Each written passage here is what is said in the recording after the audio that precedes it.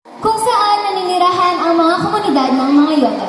Ang bayan ay tahimik, may mga kabataang naniligaw sa gitna ng modernisasyon, at ang matatanda ay nagtatakang buhayin ng kanilang tradisyon. Tonyo, anak, nalaman kong may nililigawan ka. Sana'y isaalang-alang mo ang ating tradisyon. Opo, tatay. Gusto ko pang sumunod sa paraan ng panliligaw. Pero paano po ba ito nagsisimula? Sa ating kultura, anak, malaga ang respeto at pagpapakita ng tunay na pagmamahal sa pamamagitan ng wika at gawa. Pwede kitang turuan, kuya. Ang unang hakbang ay ang paghaharana sa salitang yoga. Pakinggan mo si Aling Teria. Alam niya ang tamang mga awit.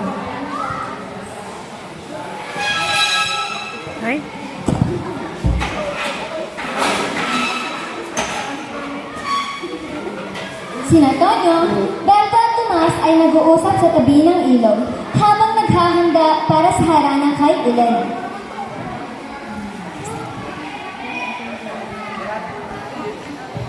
Tonyo, sigurado ka ba dito? Alam mo, hindi na uso ang harana ngayon. Alam ko, Berto, pero gusto ko ipakita kay Elena seryoso ako at mahalaga sa atin ang ating kultura. Tama si Tonyo, Berto. Ang sabi ni Kapido, ang harana ay isang mahalagang bahagi ng panliligaw ng yoga. Naglakad si Kapido patungo sa tatlo.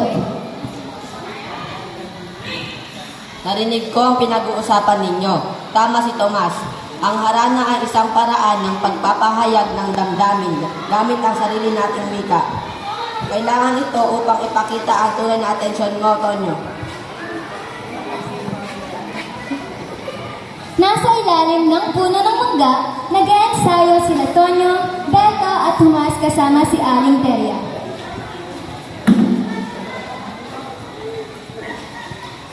Ganito ang tono, Tonyo. Mula sa puso, dapat maramdaman ni Elena ang sinseridad mo.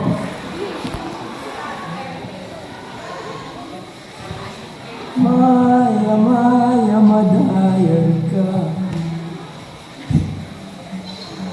Ganyan nga, anak. Huwag mo. Bukan.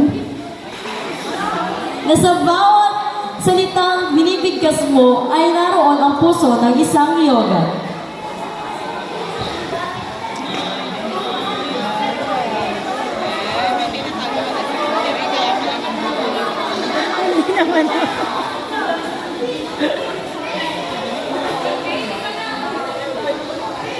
Gabi na, sa labas ng bahay nila Elena, si Tonyo ay naghaharana kasama si Berto at Tomas.